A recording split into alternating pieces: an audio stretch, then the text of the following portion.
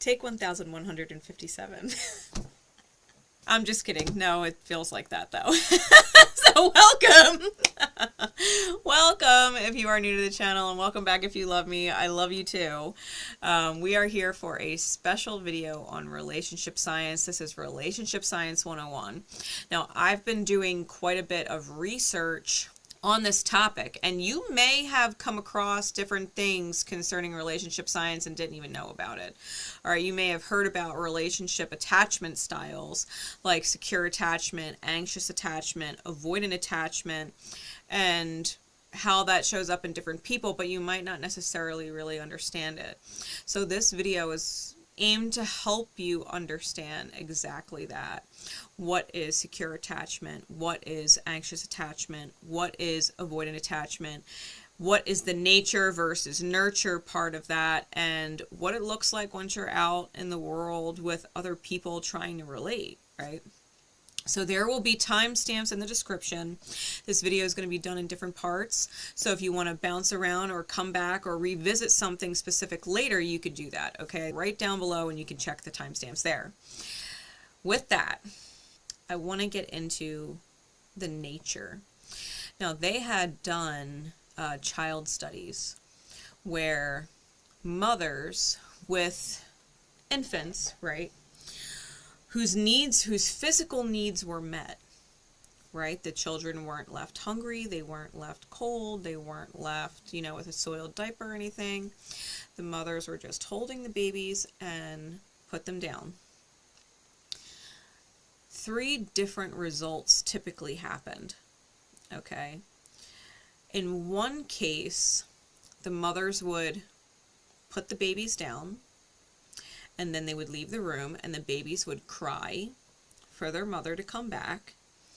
And the mother would come back, they'd pick up the child and, coddle it, nurture it, love it, and soothe it. The baby would stop, right? As soon as the mother came back and picked it up, the baby stopped right away. It was soothed.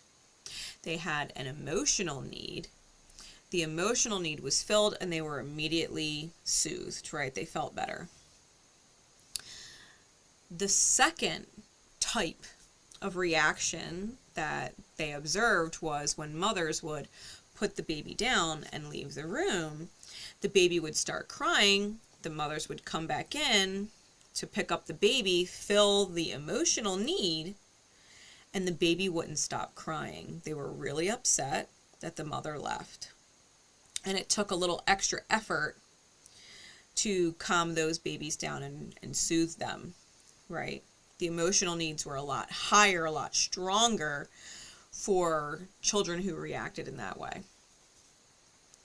And then there was the third group of children who typically reacted when the mother would put them down, right, and they left the room, the babies wouldn't cry.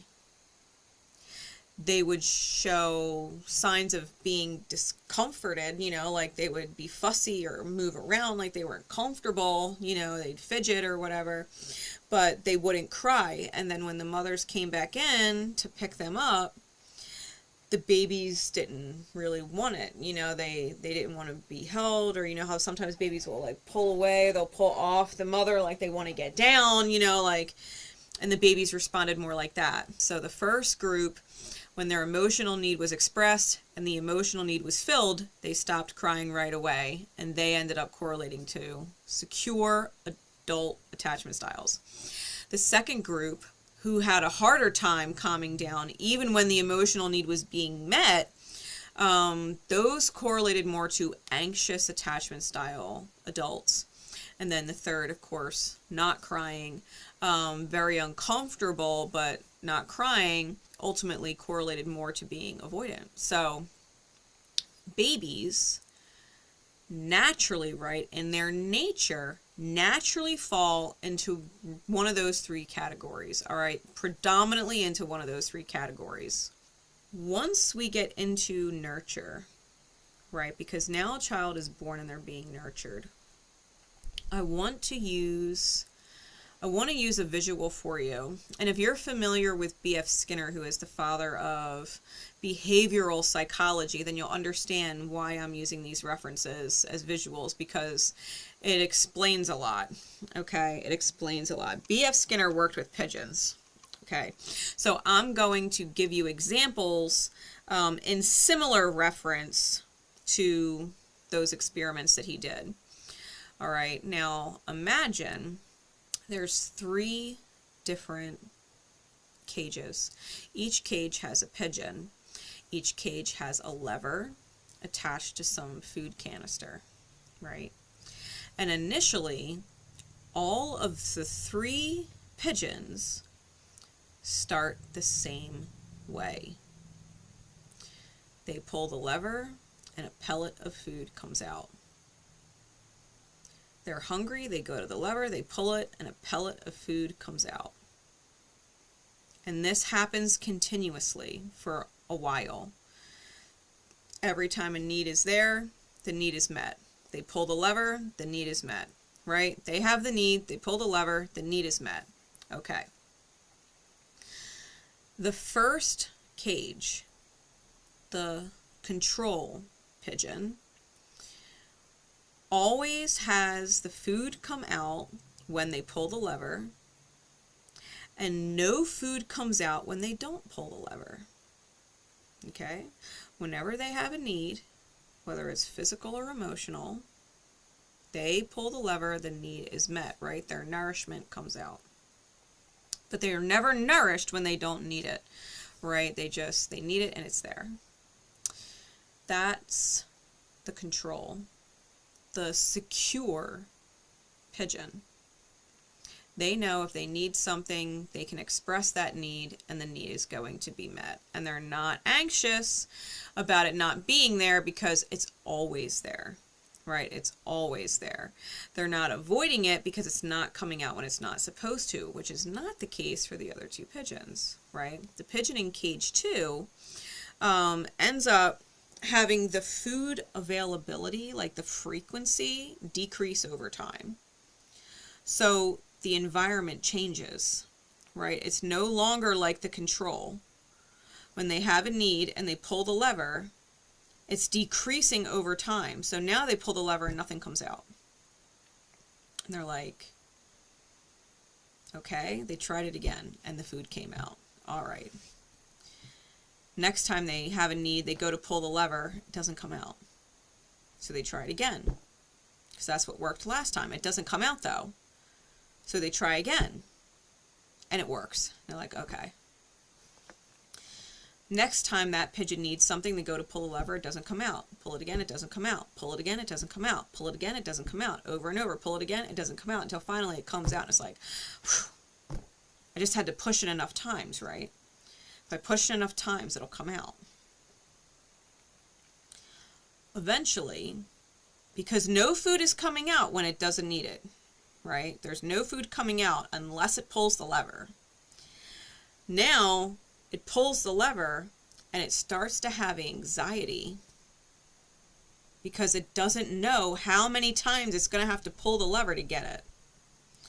And so the pigeon starts to become frantic, pushing the lever. And maybe the one way the pigeon's pulling the lever, right? If it's pulling it with its left claw, maybe that claw got tired and it pulled it with the right claw. And by chance, when it used its right claw, the food came out. Now, the pigeon has this idea, if I pull it with my right claw, I'll get food. So now it's pulling it with the right claw and it's not coming out. It's pulling it with the right claw. It's not coming out. It's pulling it with the right claw. It's not coming out. And so maybe it gets angry and smacks it with his head, and by chance, food comes out. So now the pigeon is trying every which way it could possibly try to get food out of that fucking lever, right? It's trying everything to the point that it literally collapses in exhaustion. Because it's not a matter of how, necessarily. It believes that. It's a matter of when is the right time to fill the need. Because the bird's not hungry necessarily. It just doesn't know when the next one's going to come out, so it's trying to get it right away because it doesn't know how long it's going to take. It's an emotional need. I need the attention, I need the nurturance because I don't know when I'm going to get it again. Starts to freak out. This becomes anxious attachment. I love the love you were giving me, and now I don't know when I'm going to get it again. So I'm going to try every which way possible to get it as much as I can because I don't want it to go away and never get it again. Anxious, right? The third pigeon will always get food when it pulls the lever, but food also comes out now when it doesn't pull the lever, and that increases in frequency over time. So bird number one, right, secure, pulls the lever, food comes out, and food doesn't come out when it doesn't pull the lever. Bird number two, the frequency in which it gets food from pulling the lever decreases over time, and it never has food just randomly show up without pulling that lever.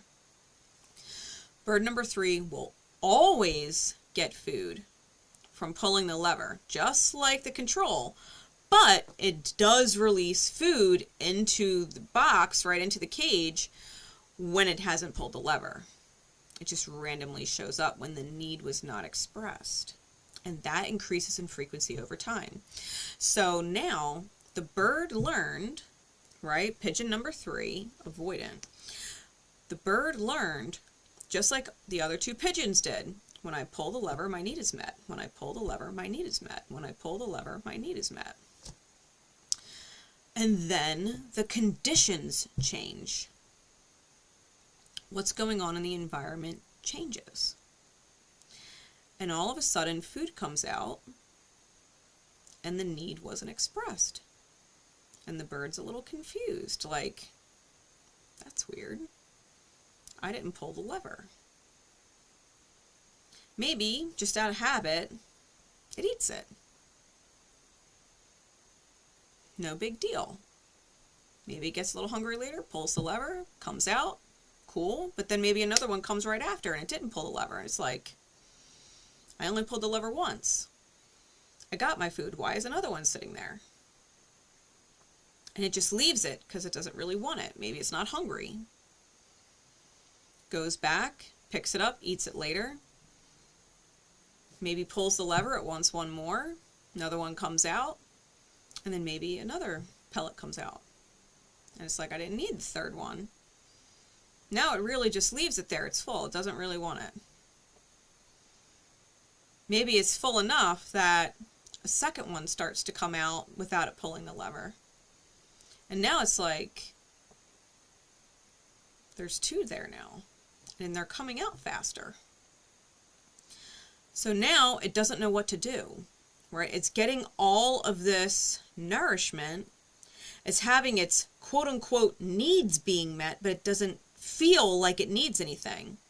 So it doesn't understand. It's confused. And now it's backing off just because it's trying to figure it out, right? It's starting to self-nurture. It's trying to figure out what's going on because that was not the way it was at the beginning. And then another pellet comes out. And then another pellet comes out. And then another pellet comes out. And the bird is watching it like, what is going on? Maybe it gets hungry in between and eats one, and then it starts to come out even faster. And the bird's like, whoa, like, I just wanted one. You know, I don't want it to keep coming out. The pellets start to get overwhelming, right? They start to take up a lot of space inside the box.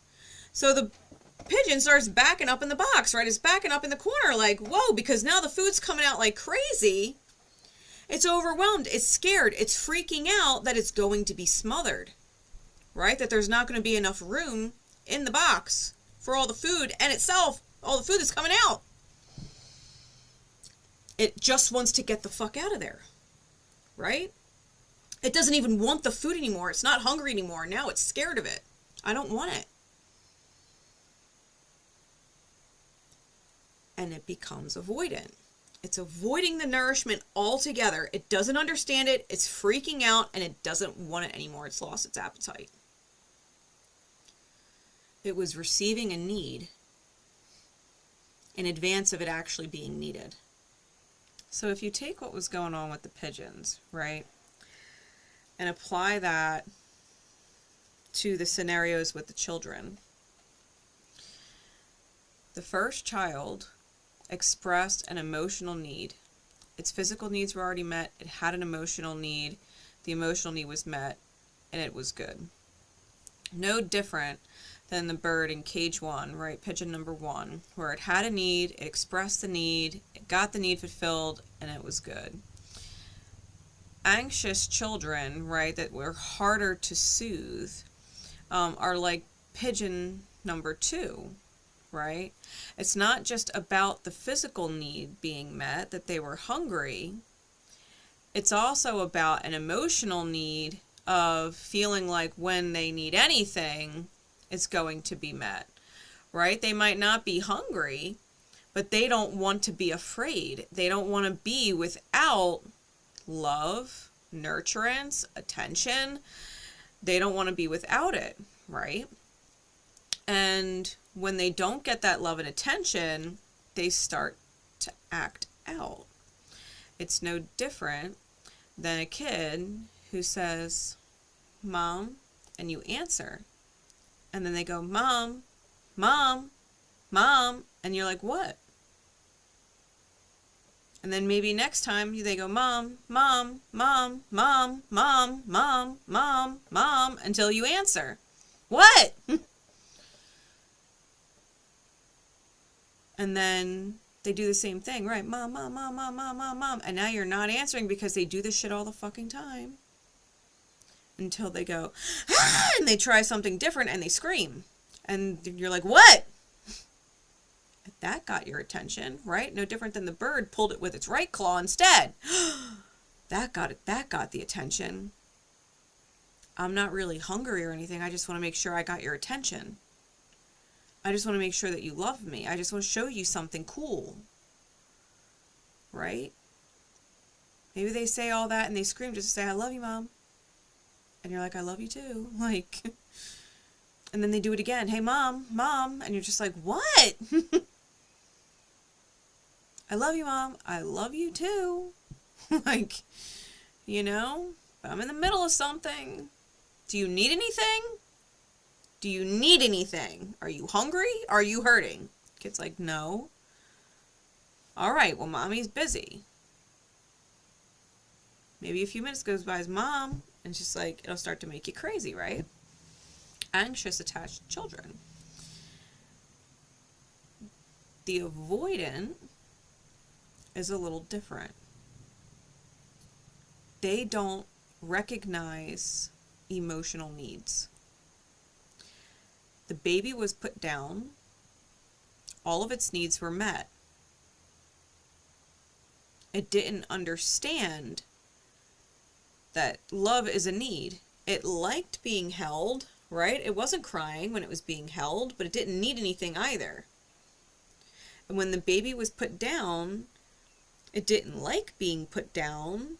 It wanted to be held, but it also didn't register it as a need, or it would have cried, right? It would have cried if it needed something. So the baby, the way its brain worked was, I don't actually need anything. All of my physical needs are met. And so it started processing, right? It started processing. Why am I uncomfortable? I was being loved and I want it back, but I don't know when it's coming back. And now I'm uncomfortable. And when the mother comes back and just loves it, right? It's not fulfilling a need, right? It's not a physical need that's being met. It's not coming to the baby with food. It's not coming to the baby with a clean diaper. It's just coming to pick it back up when it wasn't crying. And the baby's like, "Put me down. Like, you just confused the shit out of me. I didn't understand.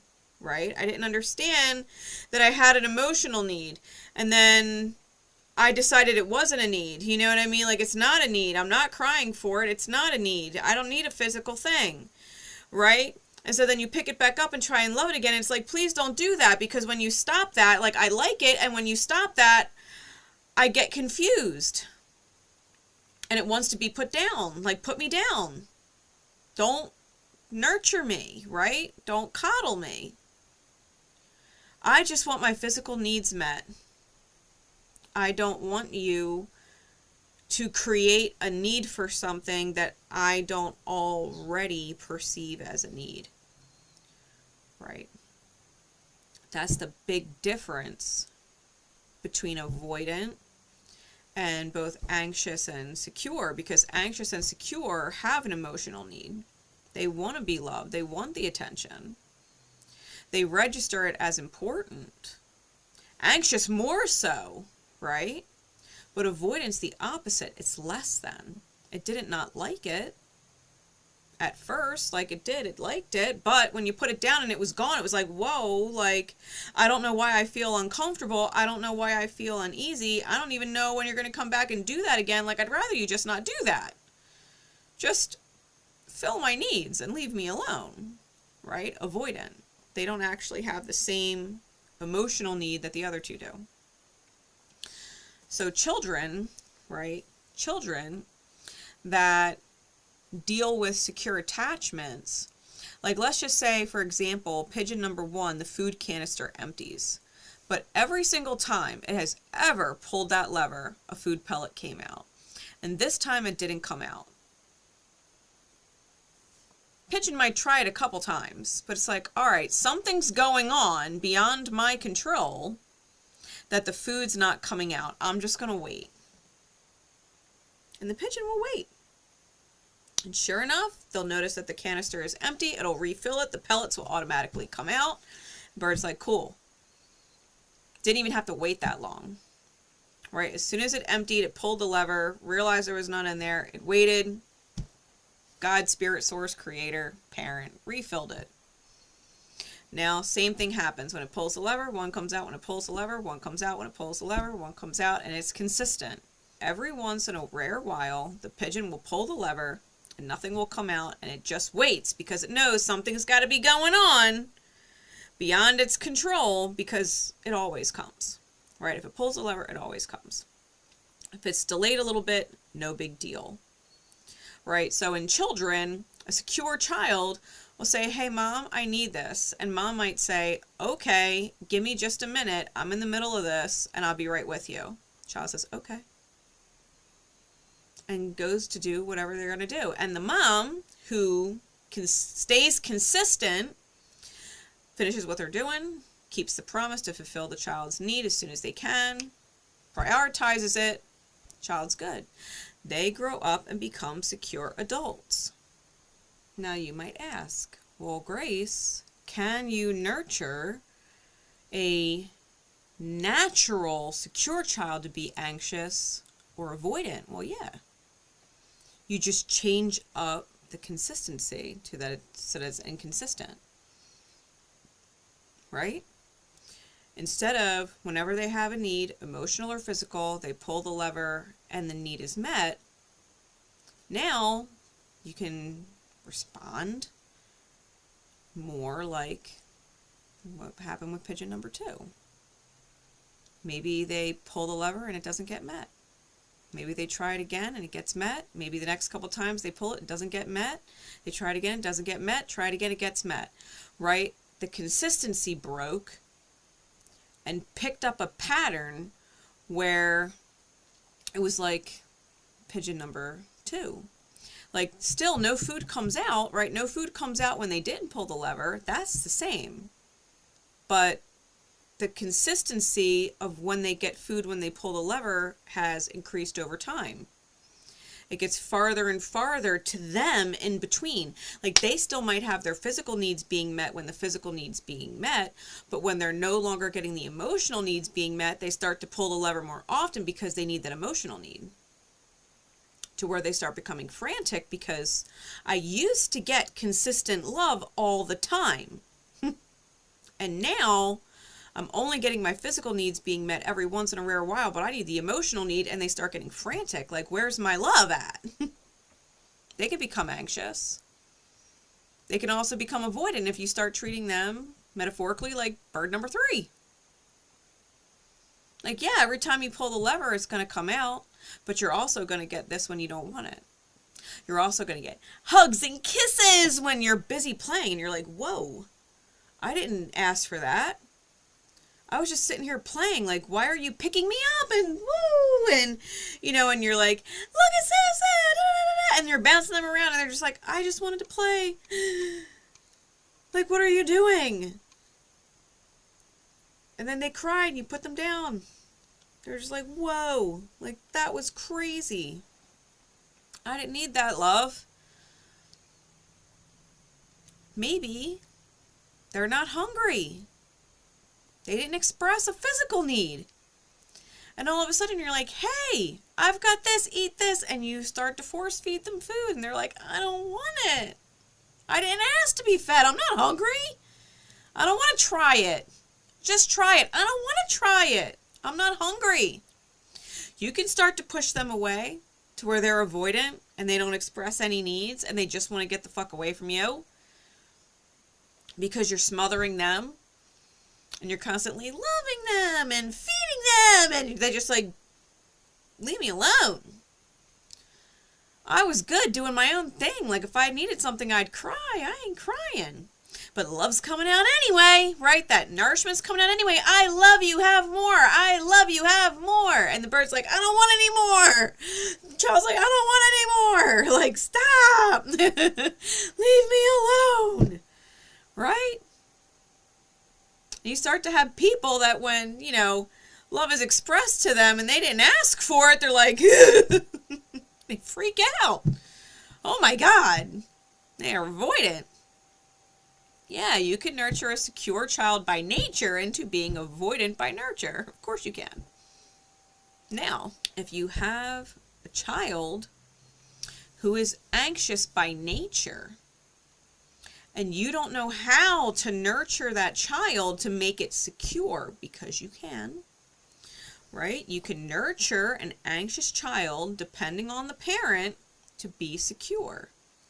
The child might naturally say, hey mom, hey mom, hey mom, and you're like, yeah babe. Mom, will you sit with me and watch a movie? Mom's in the middle of doing dishes right now, but as soon as I'm done, I promise I'll come back and watch the movie with you. The child might say, okay. Go and sit back down. But then a minute later, they're back up. Hey, mom. Hey, mom. And you're like, yeah, babe. When are you going to be done the dishes so you can sit and watch the movie with me? Well, mommy's almost done. You see how many dishes I have in the sink? Can you see? Yeah, it's not that many. Mommy's hands are all soapy and wet, though. Don't worry. As soon as I'm done the dishes, I promise I'm going to come and sit and watch the movie with you. Child says, okay. Well, how long? Maybe about 5 minutes. And they teach the child how to look at the clock. And the child starts to look at the clock. All right, 5 minutes. And you know you're going to be done in 5 minutes. So you finish the dishes. 5 minutes has gone by. Child sees that you're drying your hands. It's all excited. Says, hey, mom. And you're like, I'm coming, babe. I'm coming. And you sit right down. And you watch the movie. And the child starts to feel secure. Okay, I had a need and it was met. My mom told me that this was going to happen. It happened and the need was met. Right? Anytime you express that you're hungry, the mother meets the need. Yep, I'm cooking it right now. You know what I mean? I'm going to get it right now. What would you like? You know, like the mother is considerate, or the parent, right, is considerate that the child is anxious and works with the child to let them know, I understand your need. I hear your need. I promise as soon as this thing that I'm doing that is beyond your control is wrapped up, I will continue to nourish you as you pull the lever, right? I'll keep nourishing you as you pull the lever. Just give me a minute. I've got to refill the food canister. And as soon as the canister is refilled, when you pull the lever, the food will come out. That's how you can teach an anxious child to become secure. It requires patience. They need a little extra effort, right, to calm them back down, because when they were all worked up and crying, it didn't matter that you picked them right back up. They were still upset because they couldn't believe that you put them down to begin with. They just wanted your love all the time, right? Their nature was anxious. I just want you to hold me all the time. I have a lot of emotional needs. I need to feel safe and secure. I want to be with you all the time, right? So a child who's anxious can learn to become secure, given they can also learn to be avoidant, depending on the nurture, right? Because you can have a child that is extremely anxious, and you might be avoidant as a parent, right? You might not be a secure parent who knows how to nurture when the need is requested, right? That might not be your thing. You might be avoidant. You might not know how to deal with emotional needs. And when you have an anxious child, right, and the child's saying, hey mom, hey mom, hey mom, hey mom, hey mom, and you're like, what? You're like, well, aren't you going to watch the movie with me? And you're like, I'm busy. Leave me alone. I'll watch the movie when I can. Child gets a little upset, right? It had an emotional need, and not only was it not met, it hurt to have it. It hurt to have that need. Their mother just yelled at them. But, you know, they're anxious, so they try again later. Hey, mom, hey, mom, hey, mom, hey, mom, hey, mom. What? Now the mom's mad. What? Well, I just want this. I don't care. Go to your room. I'm busy. Go to your room and watch your movie. Now the child's sad, right? Child goes to their room. 5 minutes later, the child comes out, and they're crying. Mom, this hurts, or that is bothering me, or my clothes are itchy, right? They have a quote-unquote need. And the mom or the dad, whoever, says, what did I say? And the child's upset. It has an emotional need. It's sad. And it starts to cry and throw a tantrum. And the parent says, go to your room and stay there, right? Or they physically pick the child up and put it in their room and say, stay there. And don't come out until I say so. Well, the child is now in their room. They're really upset. They're not calming down, right? And maybe they were so frantic, right, about getting attention, crying from their room, screaming from their room, throwing things in their room, anything to get their mom's attention, right? Anything, any way they could pull the lever to try and get the food out, that they literally tried so much that they collapsed from exhaustion. They fell asleep in their room. And the parent's like, thank God. They fucking fell asleep, finally. But now the child wakes up. The mom never came to get them, right? Or the parent, whoever, never came to get them. And they wake up, and they come out of their room. And they're still cranky. Maybe they ask their mom or their dad, like, hey, how long have I been sleeping? Mom said, oh, it's been a couple hours. You took a nice long nap. You tired yourself out. Can we watch a movie now? Mom said, well, I'm watching my show. And the kid's cranky, right? It didn't get its need filled earlier. So it goes, Mom. And the mom goes, I don't want to hear it. And now the child's like, and they start crying again. The mother says, go back to your room. I'm not dealing with this. I'll come and get you when I need you. I'll come and get you when I'm ready. And the child sulks, and they're sad. Maybe they knock a couple things on the way, right? Maybe they hit something that they shouldn't hit, right? And they go to their room. They're awake now. They're just sad and angry. Time goes by. The mom finally comes to the room and opens the door. It says, are you calm now? Have you calmed yourself now? Are you ready to come downstairs and eat dinner? Dinner's ready. A physical need is being met. None of the emotional needs were met. The food only comes out by chance when the physical need actually needs to be met. The bird doesn't put two and two together.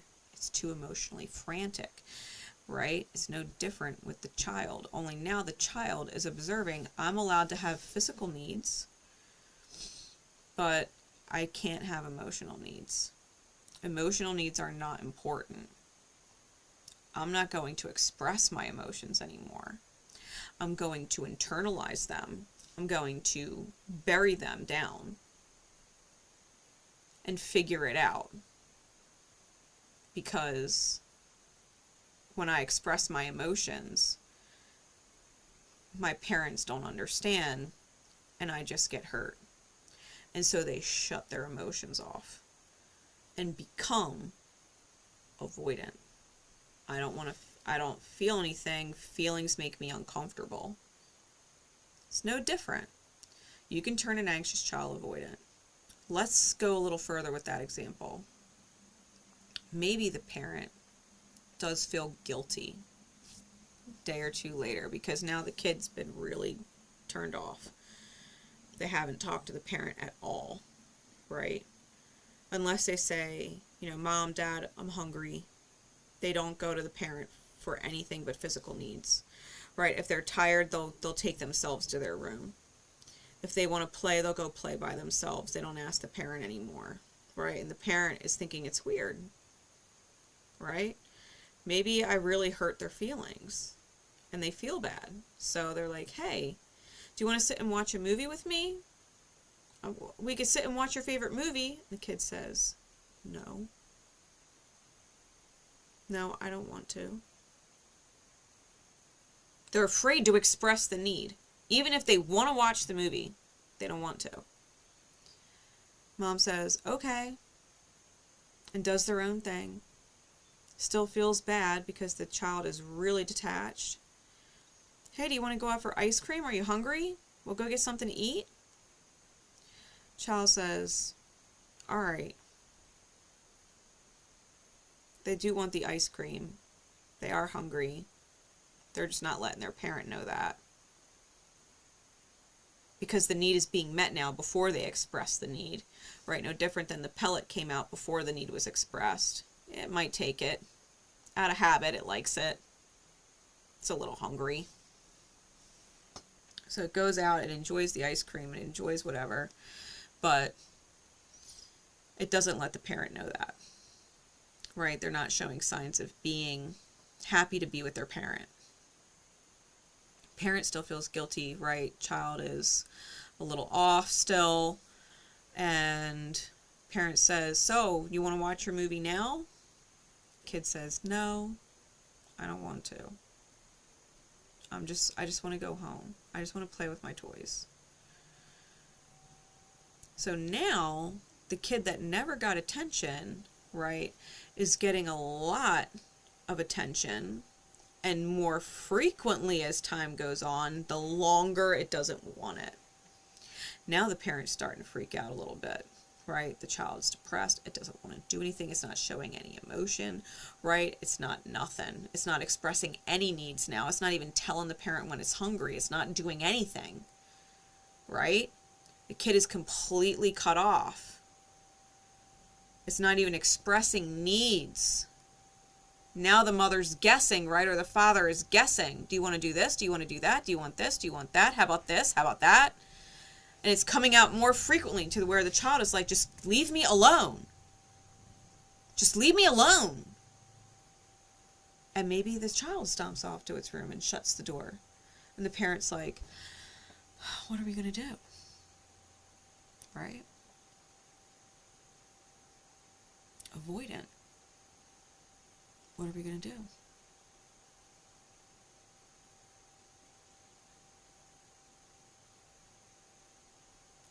So those are different examples, right, of how a child can be anxious, become more anxious, how they could be nurtured to being secure, or nurtured, the lack thereof, to being avoidant.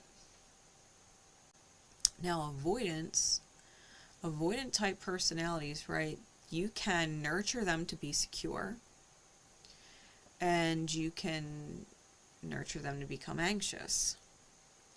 So if a child is avoidant by nature, right, they don't understand what an emotional need is.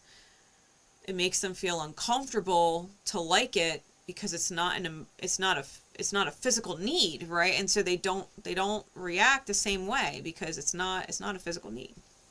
They don't understand emotional needs and why it felt good but didn't feel good when it was gone, and they don't know how to express the fact that they didn't like it, and so they just don't want it all together, right? An example would be like a child who was in their room or doing whatever, playing, and you're like, "Hey babe, it's time for dinner." They're like, "I'm playing, Mom. Can I eat later?" To allow that child to learn being secure attachments, you say, "Of course, hon, just let me know when you're hungry. I'll heat it up for you." "All right, Mom, thanks." And they're learning it's okay to be themselves. Yes, it was there, but they didn't want it, and that was okay. It didn't come out anyway, right? It didn't come out anyway. Maybe as time continues on, they're like, "Hey, Mom, can I eat now?" And you're like, "Yeah, no problem." You heat it up and you let them eat. Child feels good. Cool. Nothing came out when I didn't want it. And when I wanted it, it came out. Cool. Right? I pulled the lever and it came out. I didn't have to worry about it. And over time, the child feels good about being able to do what it wants, when it wants, that it can play when it wants to play, that it can be by itself when it wants to be by itself, that it can eat when it wants to eat, that there's no pressure, and the child starts to find appreciation for the parent and will naturally start pulling the lever and saying, "Hey, I need more than a physical need right now. I'm enjoying watching a movie. Do you want to come and watch it with me?" And the parent can say, "Sure, I'll watch it with you. Of course I will. I'm so glad you asked. I'm so glad you asked. Where do you want to watch it? Can we watch it on my room and sit on my bed and have snacks?" You're like, "Sure, no problem." And you go and you sit and you watch the movie and enjoy snacks. And maybe the phone rings and the child looks up because he's having so much fun with you, just being present in the bed, watching his shows and eating snacks, and the phone rings. And you look over at the child and you say, "Hey, give Mommy just 1 second, okay? I'll be right back. I'm going to go answer the phone, let them know we're watching a movie, we're busy." Child says, "Okay." Child got love and let love in, right? There wasn't a physical need that was being met. It was emotional. Wanted you there. It was enjoying your presence, right? Now, as a parent, you have 2 options when you answer the phone, because the child is listening. And it really does want you to come back and watch the movie and eat snacks, right? Just like the baby liked being loved and it didn't understand why it was put down and then left there. Like, well, that didn't feel good to be put down, you know what I mean? So now you have 2 options on the phone. You can say, "Hello, hey, listen, I'm watching a movie with my kid right now. Can I give you a call back later?" And, blah, blah, blah says, "Yeah, no problem. Da, da, da, da, da. hangs up the phone, and you come back in. Child gets excited because you came right back. Like, you came right back. It wasn't confused for any length of time that started to cause psychological wheels to spin. Right? Am I important? That felt good, but now it's gone. I don't know if I like it. You know, maybe I want to invite my mom to watch a movie again because I would be better off just watching it by myself because it sucked when she left. You know, because the other option is you're on the phone and you're like, oh my God, hey, like, I haven't heard from you in forever. And you start talking on the phone and you never come back. And the child's still there, eating his snacks by himself, watching the show that he used to love.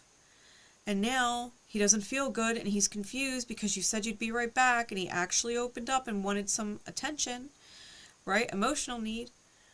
Wanted to invite you in and you got distracted because whatever ended up on the phone was more important, right? The child will learn not to ask you to watch a movie with them again, and you'll digress all the way back to where you started with them being avoidant. So you need to be consistent, right, to develop an avoidant into a secure child. You have to be consistent, right? Consistency is the key. Whether you're a secure, nurturing to maintain secure, or if you're anxious, nurturing in order for them to be secure, you have to be consistent in explaining things, consistent and a little extra effort until they don't need that little extra effort because they just trust what you say the first time. You're consistent. Every time they tell me what's going to happen, every time they make a promise, every time they give me my word, their word, it happens.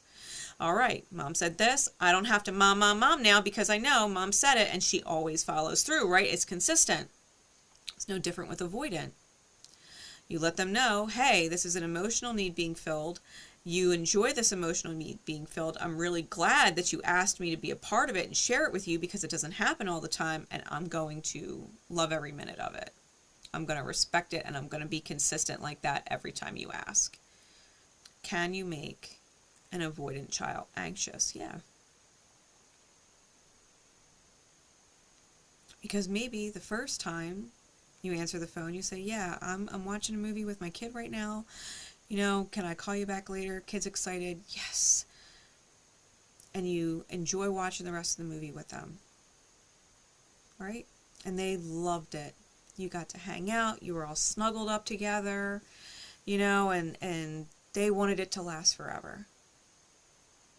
They never wanted it to stop. The love felt so good. And it's bedtime and, you know, I'll see you in the morning. We'll have another good day tomorrow.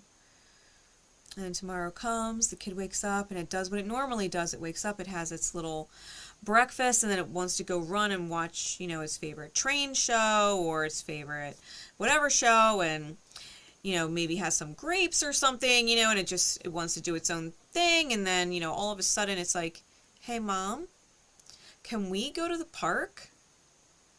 You're like, yeah, you want to go? Let's go. We'll do swings together. And you follow through.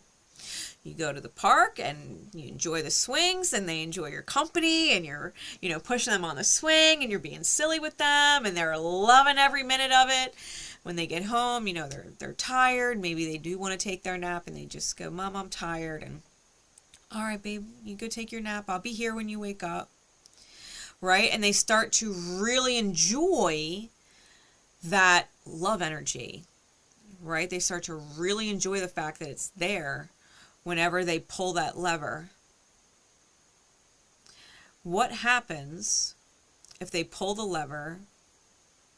Now they've developed a craving for that love, right? They've developed a need for that love. It is the best feeling ever. They didn't even know they needed love so much until they started getting it all the time, consistent. What happens then if something comes up and you're like, hey, I can't right now, you know, Mommy has to do this, but give me just a minute and I'll be there. And then a minute goes by and you're not there. Hey, Mom, you said you were gonna, I know, babe, just give me a minute. It took a little longer, give me a minute. All right. And so they just go back to their room and they don't keep trying. And you get distracted and busy for a while. Maybe by the time you remember, something else is going on, and you're like, hey, sorry, that took a really long time for me to get that done, and I know you really wanted to do this. Can we do this now? I'll do this with you if you want. What do you feel like doing? And the kid gives you another shot. All right, well, can we do this? You're like, sure, baby, let's do that. And you're doing that for a while, and then something happens, and you're distracted, and you don't say anything. You just like, and you get up, and you go deal with whatever it is, right? Maybe your partner walks in the door, maybe one of your other kids, your older kids comes home, and you get up, and you just go. And now the kid's like, I don't know when they're going to come back now. Maybe they wrestle with it and try and self-soothe a little bit, and it's not working because they're upset. Like, why did you leave?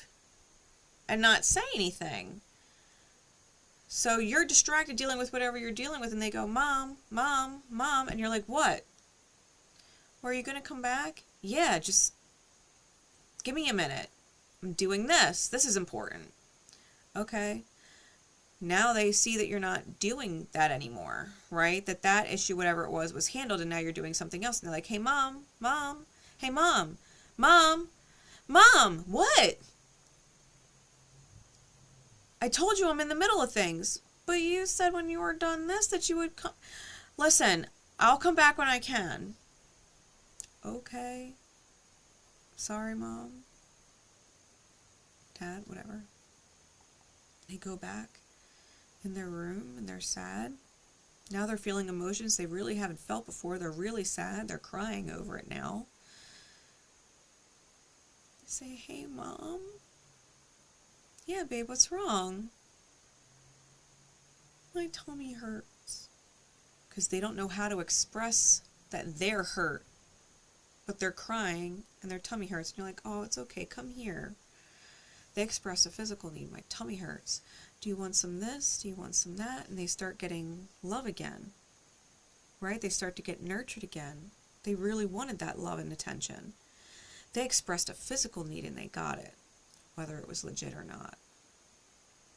Right? So they got a little bit. Now, the mother says, okay, you go back and play in your room now. Hey, Mom, are you going to come in and watch it with me this time? Mom says, I can if I can, I can, hon. You just go in your room and enjoy your show, okay? Child says, okay. And maybe the mom does come back in and say, hey, you still watching your show? Kid gets excited. Yeah, you're going to sit?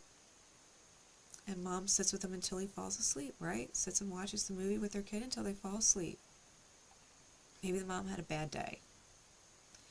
Maybe the next day the mom has another bad day. Maybe the next day the kid's like, hey, Mom, Mom, Mom, Mom.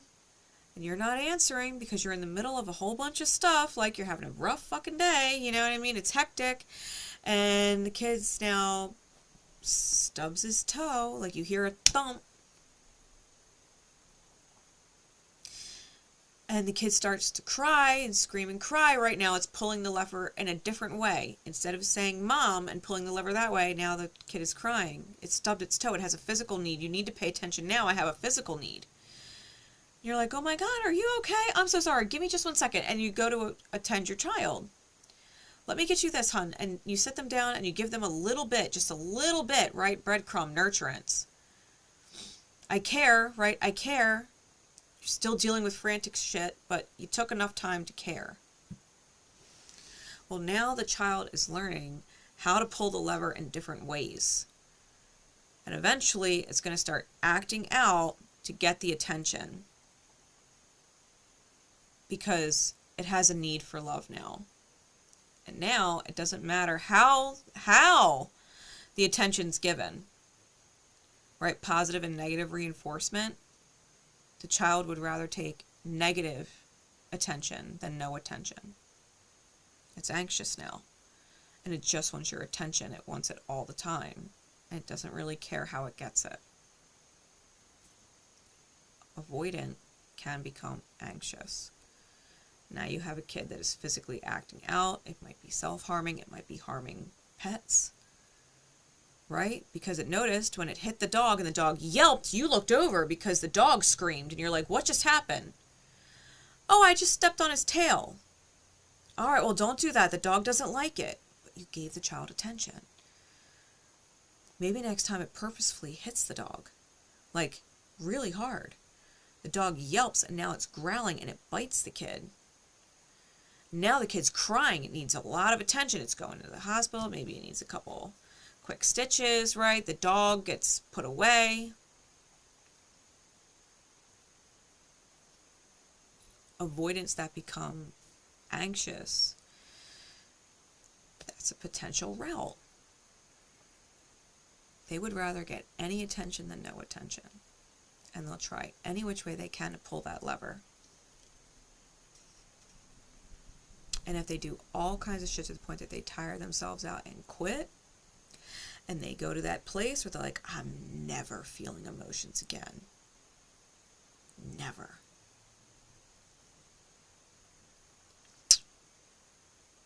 I mean, I could say it, but we could guess. Right? It's a really unhealthy psychological pattern to start hating and resenting people that love you and are dealing with things beyond their control, and the child's not registering it. Right? There's things going on that's beyond my mom's control. If I want something and I pull the lever, it always comes, right? That's how it originally started. If I have a need, it's always filled. If I have a need, it's always filled. Now I learned a new need, and that need stopped being filled, and now I hate that person. I hate that person for teaching me the need and then taking it away from me. I hate them. Maybe even because the child hates now, it's learning to enjoy when you're in pain, right, as a parent.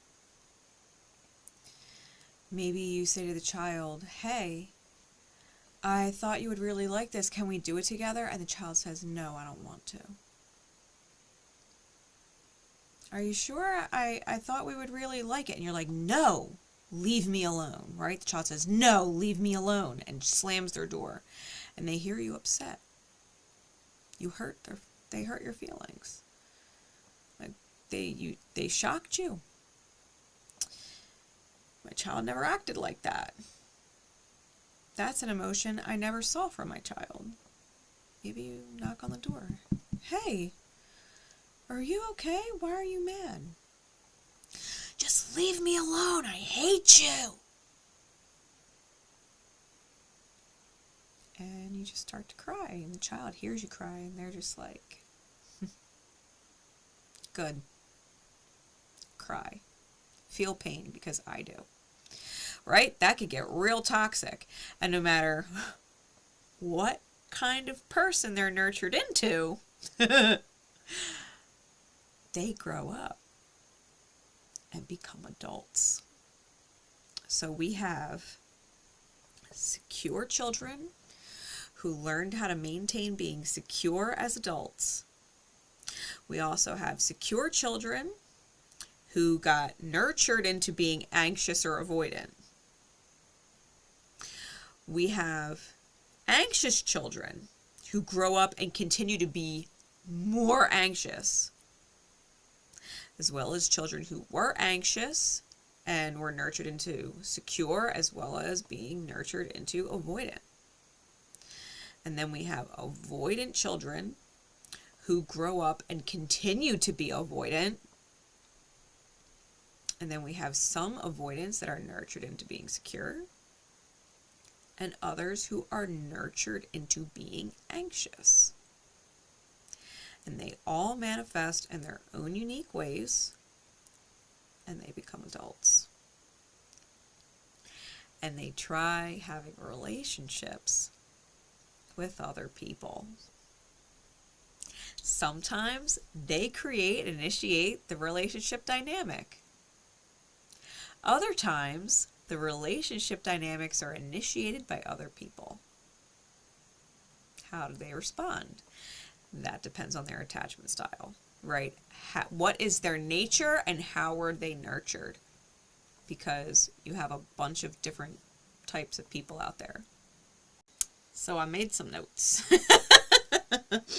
I made some notes, okay? And we're going to go over, in a nutshell, what it's like for secures to meet other secures, when they meet another type that's not their own, right? When anxious meets other anxious, when avoidant meets other avoidant, and when anxious meets avoidant, we're going to go through it. Now, I will say this. Your nature, whatever your nature was, can always come back out when you are not being nurtured the same way. Like, let's just say an avoidant by nature gets nurtured into a secure person. There is a chance that if they are no longer around secure people and they are around other avoidant or other anxious people, that their nature may take back over and they will become more avoidant until they're back around secure people and rebuild that consistent trust with a secure person. Okay? It's no different than if someone was secure and they were nurtured into being anxious, and then when they're away from the nurturer that brought up that anxious attachment and they're around more secure people, they can let their nature kick back in and become more secure, right? Especially when they've been removed from the anxious causing person. So nature is important because when the nurture changes, the nature comes back out. Okay? Now, when secure meets secure. Secure is I do me and you do you, and we do things together that we have in common and it feels good. When we pull each other's lever, right? When we pull each other's lever, the need is met and we only pull it when we have the need. On occasions, the lever is pulled, but the need can't be met because of out of control circumstances, right? It's beyond their control. But they know if they're just patient, the nourishment will come. They are secure with themselves and they trust each other, right? It's like having a partner who texts you and says, hey, how was work today? And that person responds and says, hey, work was really good. I'm actually on my way home now. And then the other person responds, what do you want for dinner? I was thinking about this or thinking about this. I need you to choose which one because I'm kind of torn. And then the other person doesn't answer. All right, so you wait a couple minutes, right? The person will wait a couple minutes. I mean, if you really want, I could just make this instead. If you don't like either, I can make something else entirely. Person doesn't respond. All right, something must have come up then that they're not answering, right? Because they always answer. So something's got to be going on that's beyond my control that they can't answer. Sure enough, they were in the car, they were driving, they couldn't text. As soon as they, hit a red light or they were able to pull over somewhere or they hit the driveway, right? They got into the driveway and they're like checking their phone before they walk in the door and they're like, oh my God, so sorry, I was driving. You can make this. That sounds great. The person gets the text, right? The lever got pulled, the food came out, the nourishment come out, and I was like, all right, cool, that's what I'll make. They didn't worry. They didn't freak out. They're like, all right, something's going on. They'll text me as soon as they can, right? Something's going on beyond my control. That is secure with secure, right? A secure person will go to work. Another person will go to work or they'll be in their passion project or whatever. And they're not really pestering the other because there's no need that needs to get met. There's not an emotional need that needs to get met. They're both focusing on their own things. And if and when a need comes up that's shared, they'll address it together. And they either do or don't make it work. And for the most part, they'll make it work. If there's not another physical need taking precedence, right, then they're typically there for each other to pull their own lever for emotional needs. Right? It's a very healthy relationship, secure and secure. Some people will say that's so boring. There's no drama. Well, it's secure. It's stable. All needs are met, emotional and physical. It is a healthy relationship. You get to grow old with your best friend who you have things in common with, and there's no hurt being exchanged with each other. That sounds pretty damn good to me. Sounds pretty damn good to me. If that's boring, sign me up, okay? That is secure and secure. What happens when secure meets anxious? What happens when secure needs anxious? Secure says, I do me, and you need me at times that I can't fulfill the need often.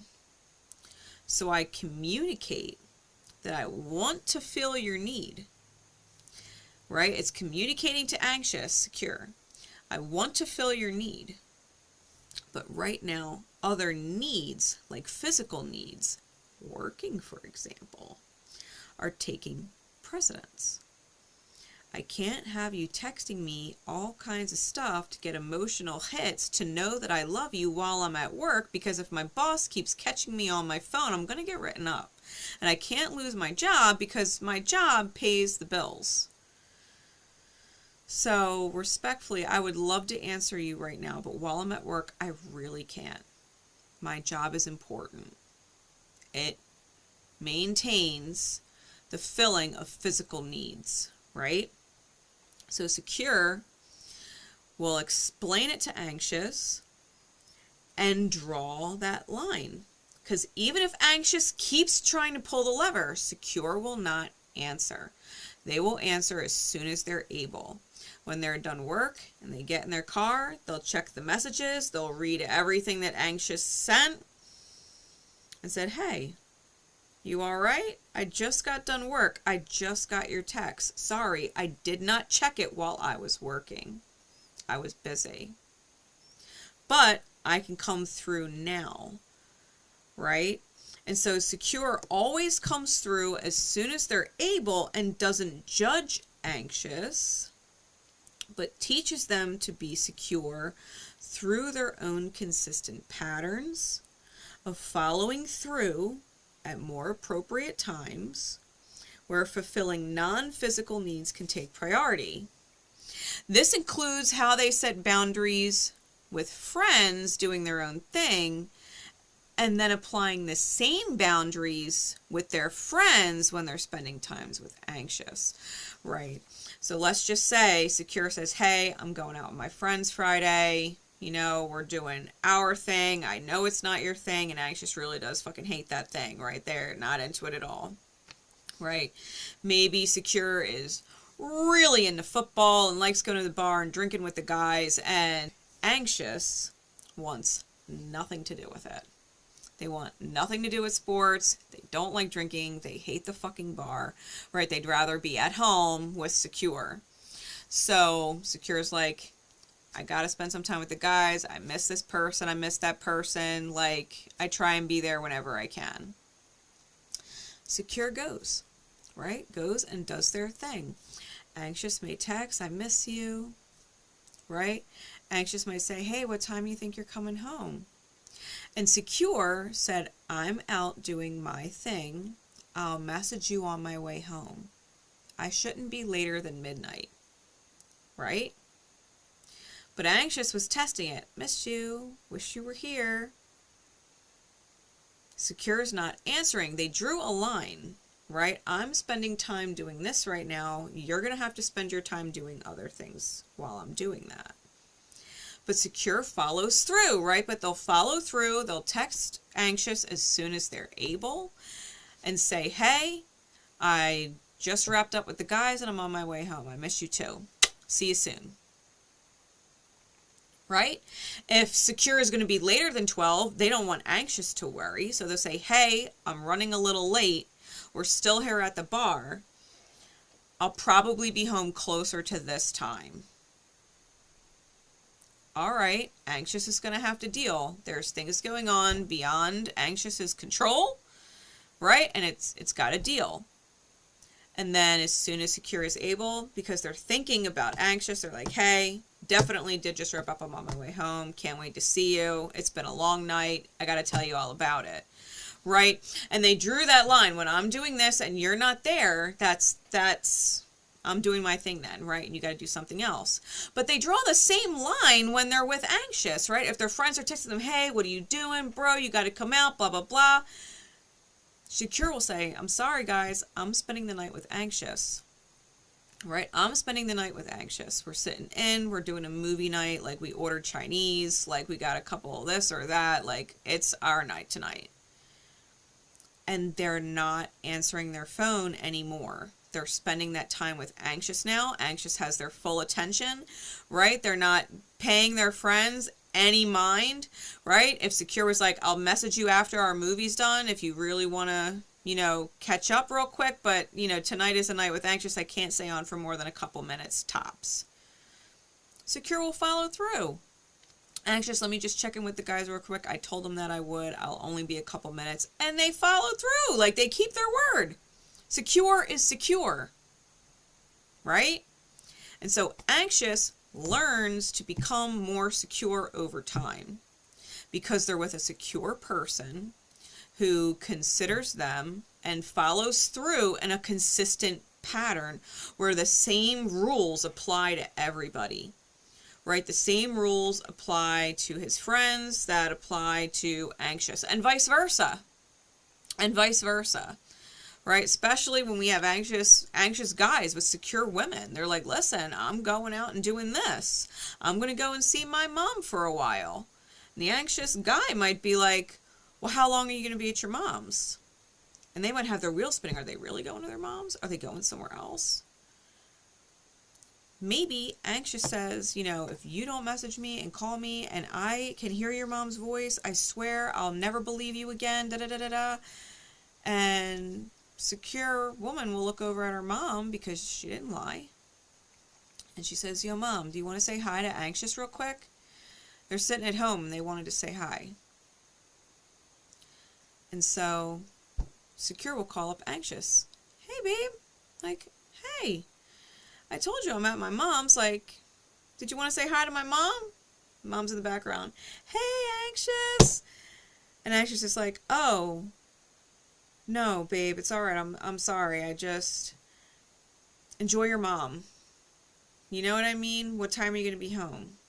And anxious will learn because secure is letting him know, hey, you don't need to worry. I'm being honest, right? They have a pattern consistent of honesty.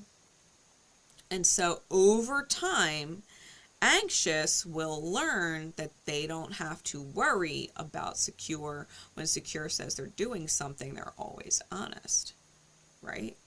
And it can go in a number of different ways.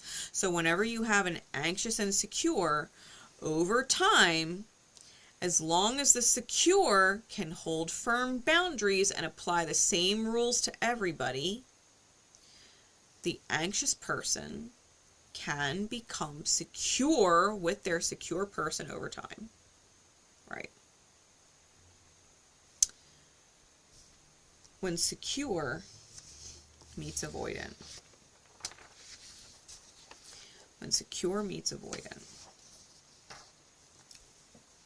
It's I do me, and I want to spend time with avoidant doing things we enjoy together and have in common. Avoidant, the more time they've spent together, gets uncomfortable with feelings they start to feel and wants to suppress them, and they become uncomfortable with feelings being expressed by secure. Maybe secure says, oh my God, I love being with you so much. I wish I could spend time with you every day. And avoidant hears that and is like, that's overwhelming for me. I don't want it like that. I don't want it every day. Like, I don't want to set that standard. I'll just reach out to you when I need it. I can't put that on there, right? That commitment on there of every day. Because what if I don't want to be with you one day? Then what? Are you going to stop loving me and take all the love away? And I'm going to resent you? And so they start to freak out and want to get out of there, right? They want to get out of there. It's too much love. They can't handle it. So avoidant gets uncomfortable when any kind of feelings start coming up or gets expressed. So secure might try to pull the lever a couple times, and avoidant doesn't fill the need. So secure waits and does other things. Trusting something is going on beyond their control with avoidant, and gives avoidant time and space to fill the need, right? Gives avoidant time and space to pull the lever to get their own needs filled. If secure, when avoidant pulls the lever and says, I have a need, can you fill it? After ghosting, right? After taking space, avoidant reaches out and says, hey, I have this need, can you fill it? If secure can and wants to, secure will fully enjoy avoidant like no hurt was ever taken, because no hurt was taken. Secure was just like, all right, there's things that avoidant's going through. It's beyond my control. I'll just be patient. I'll give them space, right? They'll come back, right? Because secure knows eventually avoidant's going to pull the lever and say, hey, I have a need. And if secure wants to and can, it will. Avoidant will enjoy not being pressured or judged for needing time. If secure can't or doesn't have an interest in what avoidant pulls their lever for, secure will take the time to explain it. They'll offer an alternative and throw the ball back in avoidant's court, so to speak. So avoidant can feel more comfortable over time in secure's consistent pattern that is always there when they pull the lever, or at the very least explaining the beyond the controls, and will be there as soon as they are able, and doesn't proceed to smother avoidant, right? Avoidant learns to become more secure because they start to build that trust with secure.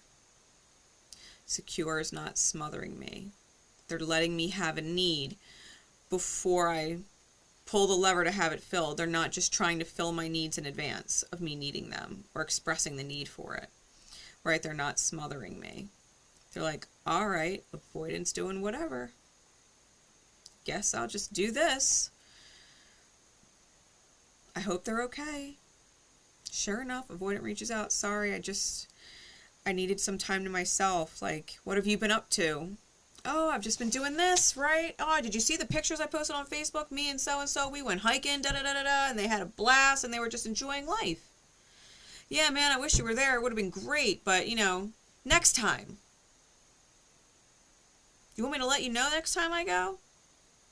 Avoidant can say, well, yeah, you can let me know. I may or may not be able to, right, because they don't commit. I may or may not be able to, but yeah, you can let me know. All right, cool. So what's up? What are you up to now?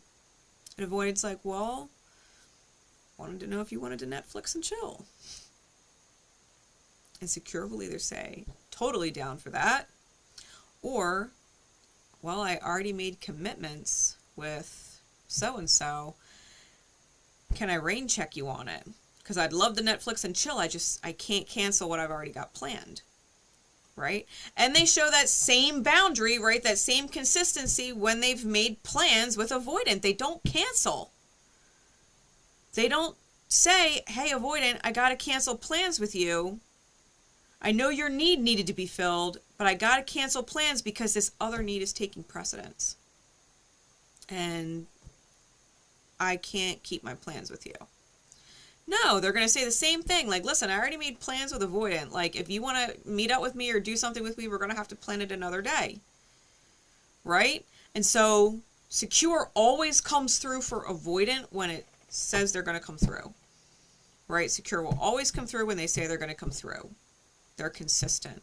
They don't leave avoidant hanging. They don't pull their love away because avoidant needs some space to figure things out and self-soothe and process. They're not being smothered. They appreciate it. They start to reach out more often. They enjoy it. And so long as secure keeps being consistent and keeps letting avoidant keep the pace because it doesn't bother them, avoidant will learn to be more secure with secure. And they become more secure over time. They don't ever feel like secure's love is going to go away because anytime they pull that lever, secure is consistent in respecting them. Secure is consistent in being there for them to fulfill the need if and when they can. Every single time, without fail. Right? So avoidance can become secure with secure partners. This is the different secure dynamics. And to be fair, if you are not secure, the goal is to meet someone secure and let yourself heal so that you can become secure. Or if you're already secure, to maintain that sense of self-security. That you wouldn't be with an avoidant and start to panic and become anxious, right? Especially if that was your nature. Maybe you were nurtured into being secure, but your nature was anxious. And now you're with an avoidant person and that anxious starts to come back out because you're not with a secure person. Right? Maybe you were avoidant and you were nurtured into being secure. And then all of a sudden, you're with another anxious or another avoidant person. And you're like, whoa, I don't know this pattern. It's not consistent. This anxious person is smothering me, and your own avoidant tendencies come back out. Right? Maybe you're with an avoidant and you pull the lever and they just ghost you. And you're like, that didn't feel good. They just left me and didn't explain anything. And they can start to even become anxious. Right? They'll try again. I have a need. Oh, fine. You don't want to meet the need? Don't message me when you have a need then. But what's avoidant going to do? When avoidant stops answering and gives them space, the other avoidant is going to be like, hey, I got this need. Can we fill it? So we're going to get into anxious meets anxious and avoidant meets avoidant. And then we're going to tailspin into anxious and avoidant dynamics. Okay, and what an anxious avoidant person, right, someone who is literally anxious avoidant looks like. When anxious meets anxious, when they begin, they want to be around each other all the time. Constantly seeking emotional needs being filled between physical needs being filled. And sometimes they intermingle, right?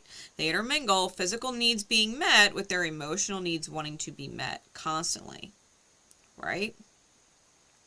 They may lose everyone else close to them in their lives because they're in a constant state of depleting themselves to fill the other because the other is the only one filling them.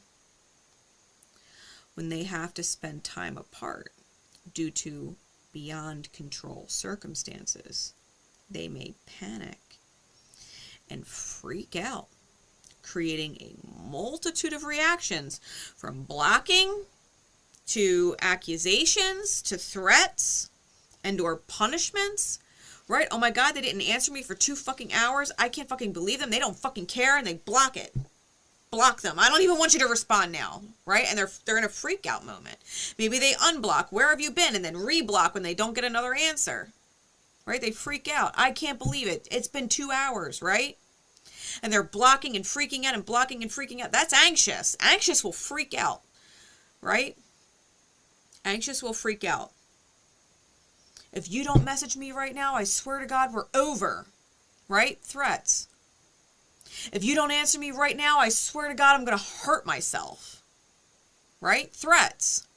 If you don't answer me right now, I swear to God, I'm not going to answer you for a week. See how you like it, right? Punishment. If you don't answer me right now, you've got to be cheating on me. I don't trust you. Da da da da da. And false accusations start getting thrown. Right? They're a fucking mess. They're a mess. Anxious with anxious. When they're dealing with beyond foreseen circumstances, they can lose their shit. However, this dynamic can last a really long time. It can last a really long time. Even if it's high stress, even if it's high pressure, even if it's highly sacrificial of the individual self that existed before they met their fellow anxious. Because at the end of the day, they're going to talk about the beyond their control circumstances and be like, yo, I really wanted to connect with you. I am so sorry. Please don't be upset. Please don't leave me. Please don't hurt me. Please don't hurt yourself. Please don't take it out on me like that. Please don't go anywhere. I need you. I need you to love me. When I get done what I'm doing, I need you to love me. I need you to be there. I need you to feel my need. I need you to feel it. I need you to feel it, right? Lever starts getting pushed. Please come back. Please come back. Please. And they will work it out until something else happens and they have that crazy, anxious blow up, but they come back together because codependent. Codependent. Insecure. They don't trust other people to love them consistently. They don't trust other people to have their emotional needs met, and it's really high emotional needs. They're really needy, super codependent. It could be really toxic. Anxious people that end up having kids and they don't get to spend as much time with each other because the kids' physical needs are taking precedence. They can get they can get resentful at the kids. They could start to fight because they don't have enough time with each other. They could start to be really stressed out. They could start to get depressed. They could start to worry. Does my partner still love me? Do they still care about me? Are they still attracted to me? I don't get the same time with them that I used to get. They can get tired and drained with the kids. They can start zoning out, right? Disassociating when it comes to the kids and they're away from their partner. They can't wait for the partner to come home. They're stressed out without their partner there. Right? And the kids can become anxious themselves and be really needy. Because sometimes mom or dad or whoever is so stressed out that they're not answering me. They just want to be texting their anxious partner. Hey, what do you want to do tonight? What are you doing right now? Da da da da da, right? They're constantly texting. It doesn't matter if they're at work. They're constantly texting. They're constantly on the phone with each other. And the kids in the background like, mom, mom, mom, mom, mom. And both the anxious people don't care, even if the other anxious can hear the kid in the background. They don't care because they want their emotional needs being met with their partner. And so you get a highly anxious child, or you get a child that becomes avoidant. Right? My emotional needs aren't getting met. Mom's getting mad at me, or dad's getting mad at me because I have needs, and they just want to spend time with each other. They just want to be with each other. They're not paying any attention to me. I'll just get my physical needs met. Right? And they become avoidant. When you have avoidant with avoidant with avoidant never gets deep. They don't put each other under any pressure to either. And they have a physical need in common. They will fill each other's needs. And when there is no need, they don't pull the lever. When they don't share the need, right? If one avoidant were to pull the lever and say, hey, I got this need, and the other avoidant doesn't share the same need, either no communication will transpire and the original avoidant will cease communication,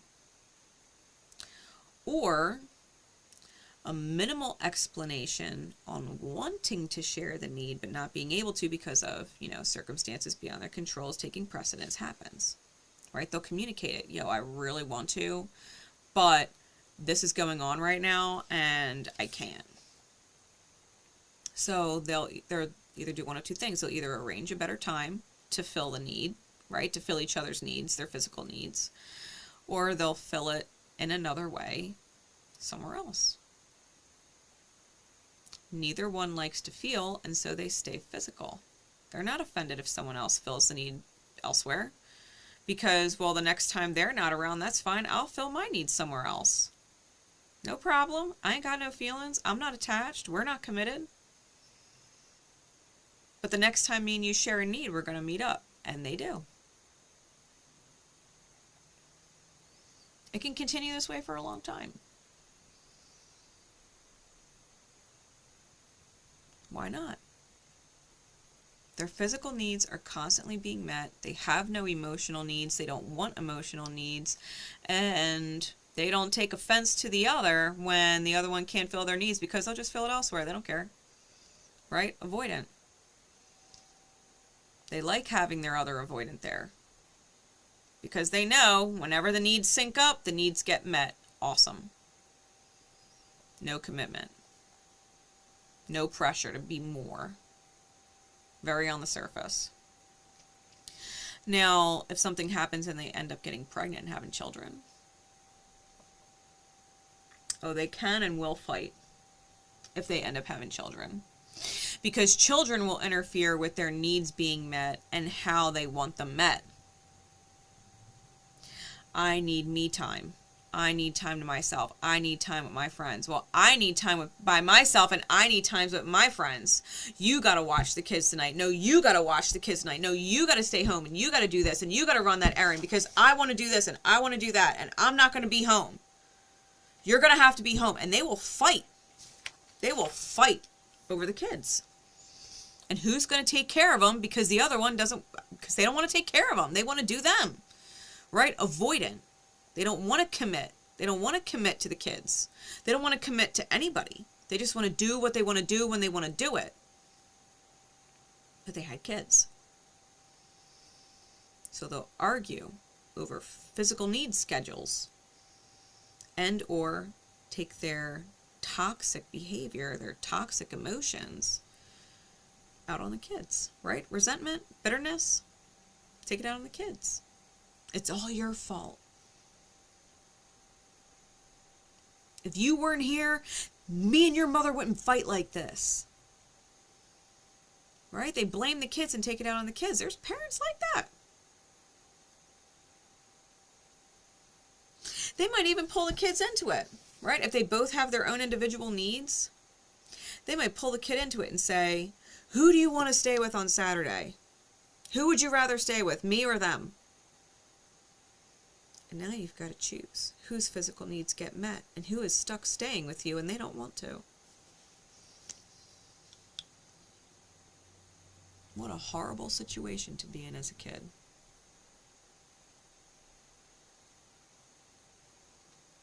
And a younger kid might say, I want to stay with them, because they haven't learned yet that staying with them is the wrong answer. Maybe next time, because that was the wrong answer, they say, I want to stay with you in this time. And that was also the wrong answer. So either way, they can't win. Then the kid gets older, right? They're like, it's all right, you both can do your thing. I'm good by myself. And the parents are like, thank God. And they're out. And they're fulfilling their own physical needs. And the kid doesn't fucking need them anymore. The kid learns to be self-sustaining, right? But it's fucking hard. It took a while for them to even get to that age. They can cook for themselves or fend for themselves, right? Avoidants can be really toxic parents. And they will typically nurture other natural attachment types, right? Their nature to be secure, their nature to be anxious, they'll nurture them to be avoidant, okay? Even though, like I said, it's possible for their nature to come back out when they're no longer around the avoidant people, right? Like if they were to meet a secure partner or an anxious partner, their original nature might start to come back out, right? Or morph completely, right? Depending on who they're around. So it really depends. That's when avoidant meets avoidant. When anxious meets avoidant. When anxious meets avoidant, we get what a lot of people understand and know as the runner-chaser dynamic, right? The empath, narcissist type dynamics. And at first, they might really enjoy each other. They might have a lot in common. They want to spend a lot of time getting their emotional needs met and their physical needs met, right? Maybe anxious loves that avoidant is around. Maybe they love being intimate with avoidant, right? And avoidant loves that anxious is being intimate with them whenever they want it. It's been a while since they had it like that. They're getting it all the time, right? And it's great at first. Then anxious wants more emotional nourishment that avoidant can't give. Avoidant doesn't understand emotions. Avoidant doesn't want to deal with emotions. Avoidant doesn't want to express their own emotions because they don't even understand what emotions really are or what they're feeling. And they're like, I don't share that need, right? Avoidant's like, I don't share that need. And so they start giving really light responses, or the responses get more spaced out over time, right? And now anxious is pulling the lever. Well, maybe if I talk about this, they'll answer. Maybe if I talk about that, they'll answer. Maybe if I ask them if they want to do this, they'll answer. Maybe if that doesn't work, I'll ask them if they want to do that. Maybe if I offer to pay for it. Maybe if I offer to pick them up. Maybe if I do this, they'll answer. Right? They keep pressing the lever and trying something else. Maybe they start to threaten. Maybe they start to block. Maybe they start to punish. Avoidance, like, whoa. Like, that's way too much. Maybe anxious tries so hard that they collapse in exhaustion and they give up. Fine. Fuck it. I give up. Leaves avoidant alone. Some time goes by. Avoidant thought anxious was pretty fucking crazy, but maybe the way they fulfilled a physical need for avoidant was fucking top notch. So randomly out of nowhere, avoidant reaches out. Hey, it's been a while. What are you up to? And they'll message anxious like nothing ever fucking happened. Like they didn't just get ghosted for a month. Hey, what are you up to tonight? And anxious gets the nourishment. And they gobble it up. And they gobble it up. And they respond. Nothing. Why? I don't know. It's just been a while since we talked and we used to have a really great time together. I'm sorry I disappeared, right? And they'll maybe bullshit. I had someone come back into my life and I couldn't help giving it a shot. Maybe they're honest, right? Someone came back into my life and I couldn't help giving it to a shot, but they broke my heart all over again. And I remembered how much you were always there for me and how it must have hurt when I was gone. I'm so sorry.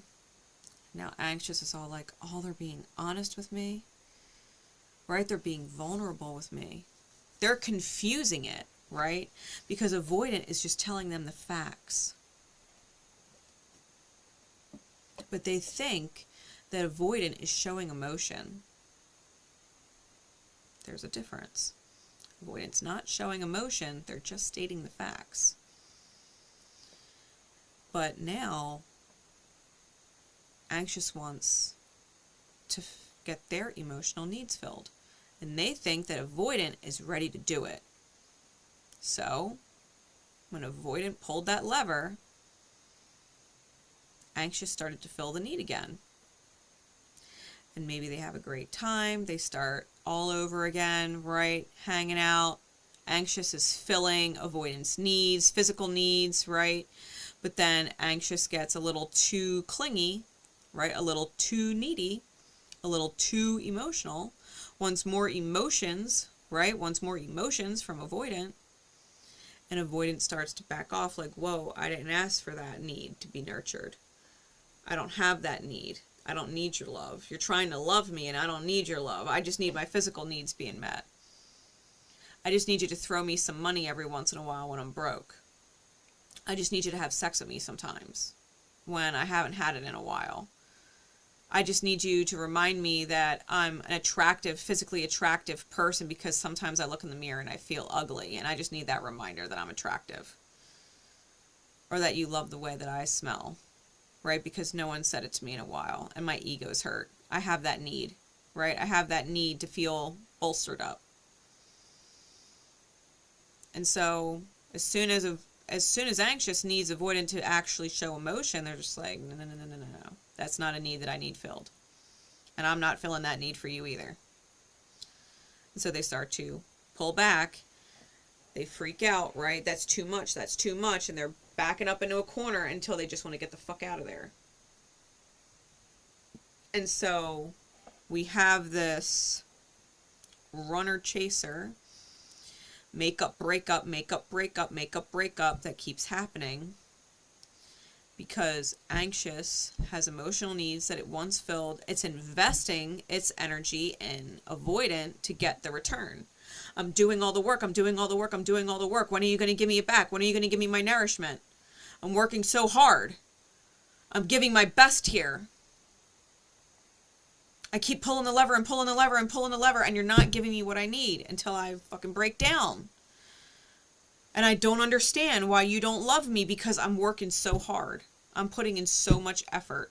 I say good morning to you. I say good night to you, and you don't even have to answer me, and I'll still say good morning, and I'll still say good night, and I'll still send you a picture during the day while you're at work. And I'll still do this, and I'll still do that, and I'll still send you cute memes, and I'll still do all this stuff. And you're not answering, but that's okay, because I know if I keep doing it enough, eventually you're going to be like, hey, sorry, I'm free. Do you want to come Netflix and chill? And anxious is like, yes, of course I do. Of course I want to Netflix and chill with you. When? Right? Runner chaser. And it doesn't even matter who started or initiated the conversation. Who initiated the dynamic. It's going to snowball out the same way. If anxious thought avoidant was so hot and just instantly like filled that need, and avoidant needed it filled, and it just clicked, right? Anxious filled the need at the right time because literally avoidant was out at the bar looking for that lever of someone to find them attractive, and there was anxious. Oh my God, they're so hot. They're so hot, oh my God. And then their friends are like, well, go over and talk to them. Go over and talk to them if you think they're so hot. Just tell them, right? Just tell them that. And so, anxious goes over, says, fuck it. I just gotta say you're so hot. And avoidance like, that's the need I needed. Can you fill any other of my needs? Avoidant will invest in it. Let me buy you a drink. That's the need I wanted. Avoidant will also freak out when you don't fucking leave in the morning. Like, you need to get the fuck out. Right? They may start to push, like, now it's too much. Right now it's too much presence and I need you to go. Then anxious is all hurt. But we had a great night. I don't understand. I have to go to work. I have to get along with my day, and you can't be here. Sorry. Leave your number. I'll call you sometime this week.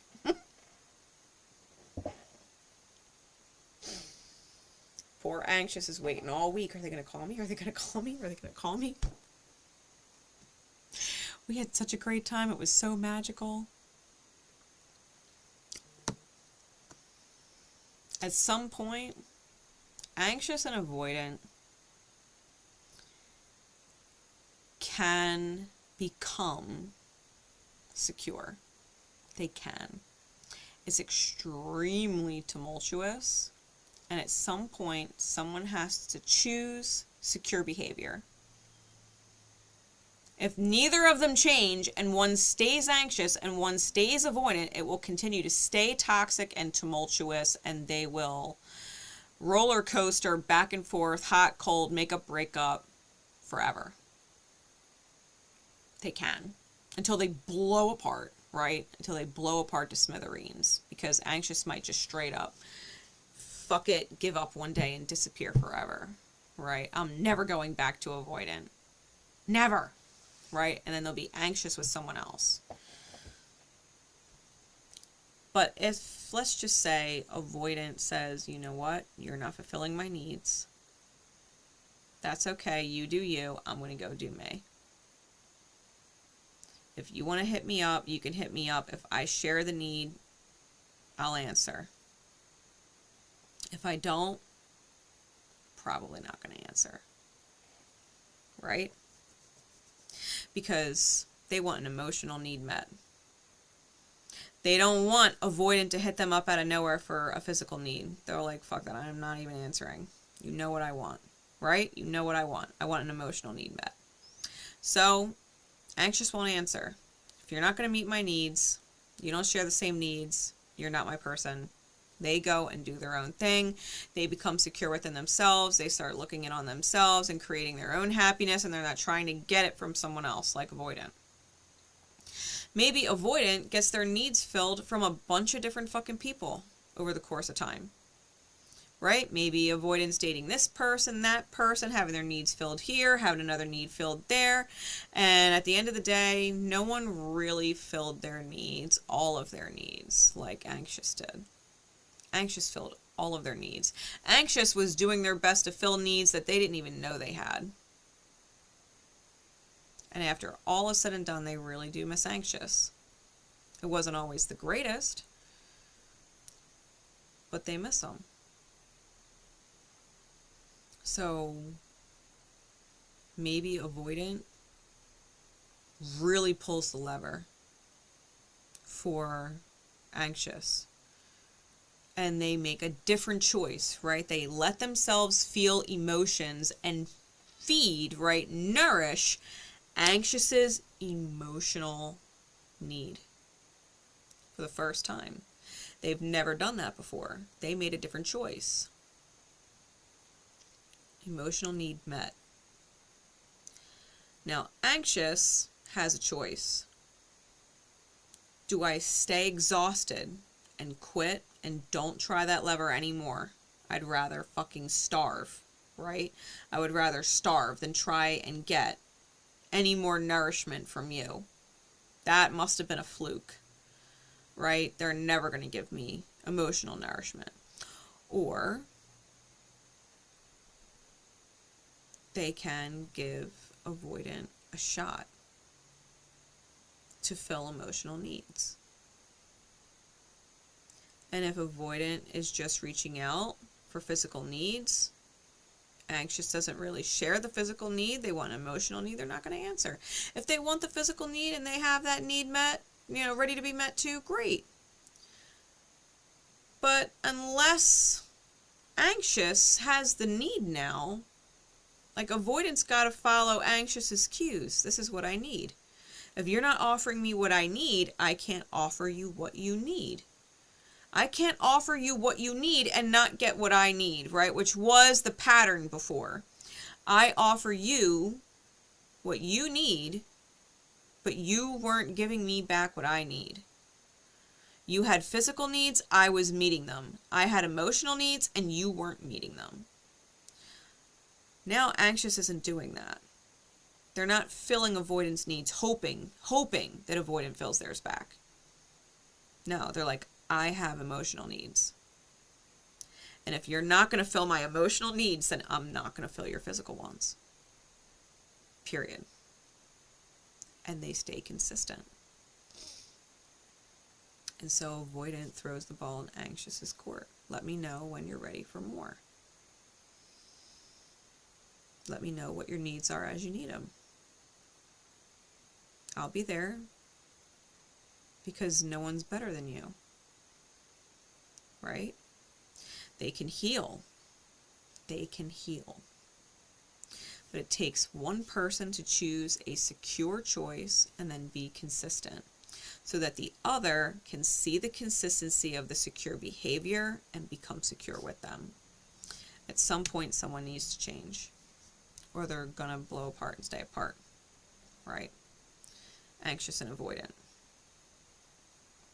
And if they have kids, The beginning might be rough if they haven't met secure with each other, right? If they haven't become secure with each other, because what's going to happen is the anxious is probably going to end up with the child because the child has needs and lets the anxious person feel loved and needed, right? Which is all they really wanted from avoidant, to feel loved and needed and appreciated, and the kid feels that.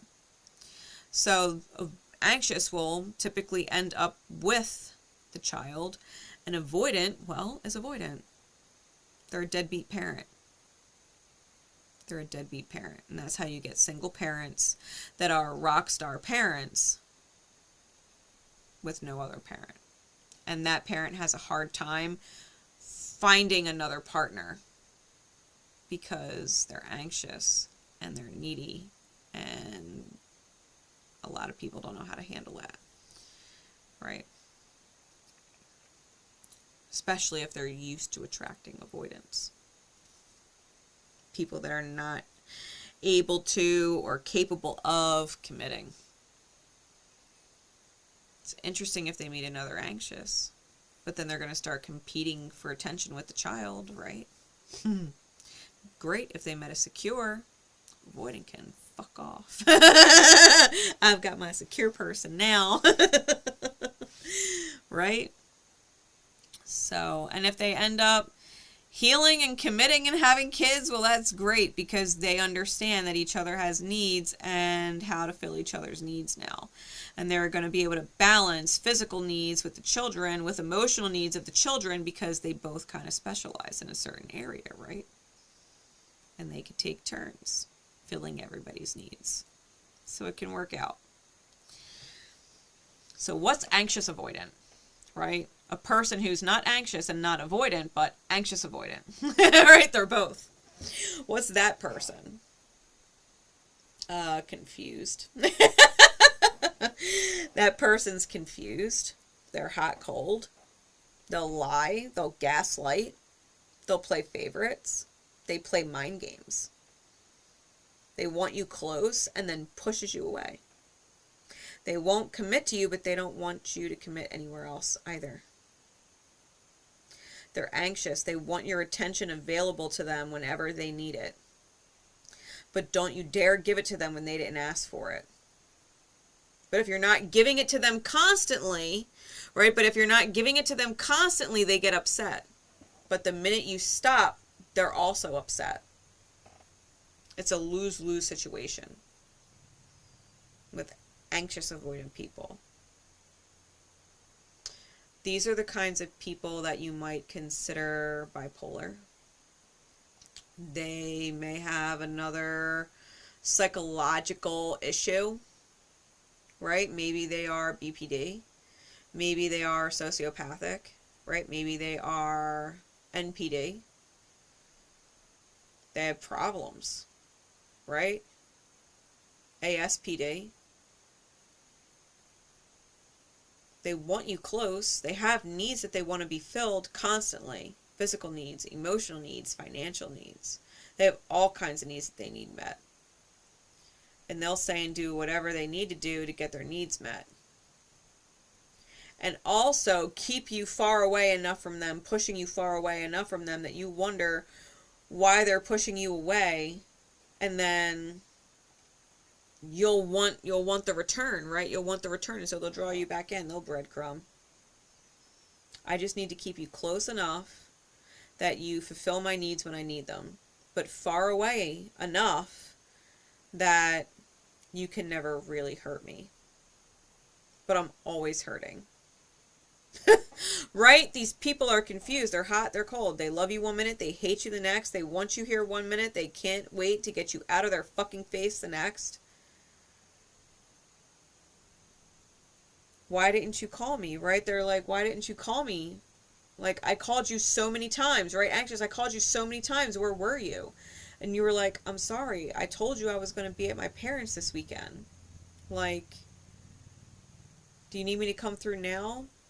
No, I don't even want you to come through now. Well, what are you doing? I'm not doing anything. It's not your fucking business, right? And then they start to get pissed off at you. And that person will respond like, listen, I'll come through whenever. I'll come through right now. I'm on my way. Don't be upset. I didn't mean to upset you, right? And they start this crazy dynamic. And they're probably with other anxious avoidant people. Because to be fair, a secure person is going to see that kind of behavior and be like, I don't want nothing to do with that. Secure people like boring. Or at least something pretty minimal or familiar that they can make secure.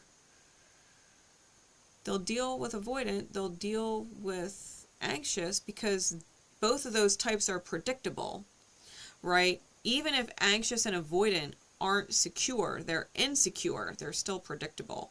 Anxious avoidant is not predictable. Secure doesn't want not predictable. Because secure maintains consistent patterns. It can't maintain a consistent pattern when someone is being wildly unpredictable. It's extremely difficult. I'll put it that way. It's extremely difficult. For them to be consistent and not get frustrated or fed up or done dealing with someone who's anxious avoidant, it would take a lot of work on secure's half to stay secure. And not just cut it off like, I don't want to deal with this, right? I don't want to. I wish you nothing but the best, but you are not my person. I'm looking for someone a little less high maintenance. I don't mind a little maintenance, but you are like way high maintenance, like way high. Anxious avoidance. We'll typically find other anxious avoidants or anxious people or avoidant people who put up with their shit as long as their needs are being met. You know, and two, if you have kids with an anxious avoidant, that's like baby mama drama or baby daddy drama, like for real, nonstop. Someone who doesn't want you with anybody else. They want control. They don't want nobody else around their kid, but they don't want to be around you and help you either. Anxious avoidance, a nightmare. It is. Right, but in a nutshell, those are pretty much the relationship dynamics. The whole point is to eventually become secure, no matter what dynamic it is. If you don't want to experience pain, if you don't want to experience your needs not getting met, whether they're physical or emotional, you have to learn to be more secure. You have to know who you are and that who you are is lovable. And the people that don't stick around, they're just not your people. Don't take it personal. Don't take it personal. Good people who love you, care about you, will show consistency. And they will teach you to do the same. And if neither of you know what the fuck consistent is, you can still choose at any time to be consistent in a healthy way for someone else. You can choose at any time to be secure. Just by acknowledging what type of personality you are and the fact that that personality type causes you pain. Because anxious people push people away all the time. They're too much. They're overwhelming. They do. Just because a secure person can deal with an anxious person doesn't mean they want to. Right? So anxious people can become really desperate. They could push people away. It's no different with avoidant. Avoidant push people away before they even have a chance to get close. Right? They start creating space. They start creating distance. They start keeping people at arm's length. I don't want you that close. I'm busy. I'm a workaholic. I don't have time for a relationship.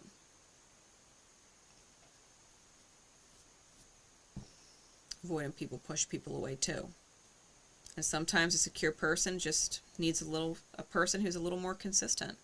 And they might not want to deal with someone who is too busy for them all the time and non-committal.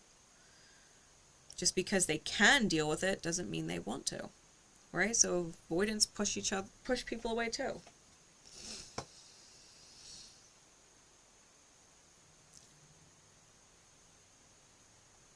You just have to understand and identify what your attachment style is, and then make the changes if you need to make changes, right? If you listen to this video and we're like, yeah, I'm definitely more anxious, than anything else. I have moments of security with certain people, and I have moments of avoidant with certain people, but for the most part, on the whole, I'm pretty anxious. All right, how do I fix that? Well, I have to be comfortable fulfilling my own needs and staying busy when other people aren't available, right? If this person's not available, then I can't message this person to see if they're available, or message this person to see if they're available, and then message this person to see if they're available, right? And go through the rounds on your phone to see who's available, who's going to talk to me, who's going to fill me up, right? Just go fill your needs. Go focus on your physical needs, focus on your passion, purpose needs, right? Focus on getting certain things that you desire, and not needing other people to do it for you, right? Focus on independence, being more secure in who you are, knowing that you have emotional needs that need to be met, but that you're not out there chasing them, right? You can choose to focus on yourself and be okay with it. And if someone shows you a little bit of nourishment, you're not going to go fucking ham. You're going to be grateful, return the favor, but then hold off. Right? Until they need something again, then maybe you also need it. Take it from there, right? One step at a time. Not getting all worked up or obsessed or whatever, right? If you're avoidant and you're like, yeah, like sometimes I'm anxious and sometimes I'm secure. I would definitely had an anxious relationship, right? Where I was anxious with one person and I've been real avoidant ever since, right? And I tend to push people away now. Right, I push people away and I don't commit because I'm afraid to get close, right? I'm afraid of getting my emotions involved. So I keep people at arm's length. And at some point, you will have to decide that, or acknowledge rather, that being avoidant is not fulfilling your needs. And that you really do need to accept and recognize people who are capable of filling your emotional needs consistently, right? That they acknowledge that you have them, even if sometimes on occasion things are beyond their control and they can't fulfill it, that you know that they see you and they see your needs, even if you don't see them yourself. And let love in, right? Let yourself love, because they're showing it to you. You could show it back. They keep showing it to you. You could show it back and take it one step at a time. Let the transformation happen, right? Allow yourself to enjoy partnerships that your needs are being met. Even if it's boring sometimes, at least it's safe. At least it's secure. At least it is fun sometimes, and it's interesting, and you've got great memories. And there's not pain like it used to be. Right? You're not crying like you used to, or hating like you used to. You know? I hope this helps. Right? You've made it this far in the video and you haven't dropped a like yet. Damn it, you should. I'm just saying, you don't have to, but my channel has needs against an algorithm who doesn't like to nourish my shit.